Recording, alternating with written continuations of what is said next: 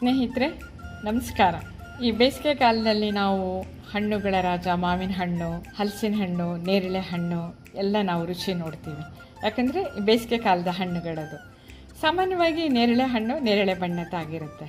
ಆದರೆ ಇವತ್ತು ನಾನು ಇಲ್ಲಿ ತೋರಿಸ್ತಾ ಇರೋದು ಇದು ಮತ್ತೊಂದು ಬಗೆಯ ನೇರಳೆ ಹಣ್ಣು. ಅಂದರೆ ಇದು ಬಣ್ಣದಲ್ಲಿ ಬಿಳಿ ಇದೆ, ಆಮೇಲೆ ಸ್ವಲ್ಪ ನೇರಳೆ ಮತ್ತು ಸ್ವಲ್ಪ ಬಿಳಿ ಮಿಶ್ರಿತ ಹಣ್ಣು. ಈ ಹಣ್ಣು ನನಗೆ ನಮ್ಮ ಸ್ನೇಹಿತರೊಬ್ಬರು ಕೊಟ್ಟರು. ನನಗೆ ಕೂಡ ಆಶ್ಚರ್ಯ ಆಯಿತು, ಈ ಥರ ನೇರಳೆ ಹಣ್ಣು ಸಿಗುತ್ತಾ ಅಂತ. ರುಚಿ ನೋಡಿದೆ, ತುಂಬ ಚೆನ್ನಾಗಿದೆ, ಸ್ವಲ್ಪ ಒಗರು ಕೂಡ ಕಮ್ಮಿ. ಹಾಗಾಗಿ ಈ ಥರ ನೇರಳೆ ಹಣ್ಣು ಇದೆ ಅಂತ ನನ್ನ ಸ್ನೇಹಿತರಿಗೆ ನಾನು ತೋರಿಸ್ಬೇಕು ಅಂತಲೇ ನಾನು ಈ ವಿಡಿಯೋ ಮಾಡಿದೆ. ನಿಮಗೂ ಏನಾದರೂ ಈ ಥರ ಹಣ್ಣು ಸಿಕ್ಕಿದರೆ ನೀವು ಕೂಡ ಇದು ರುಚಿ ನೋಡಬಹುದು.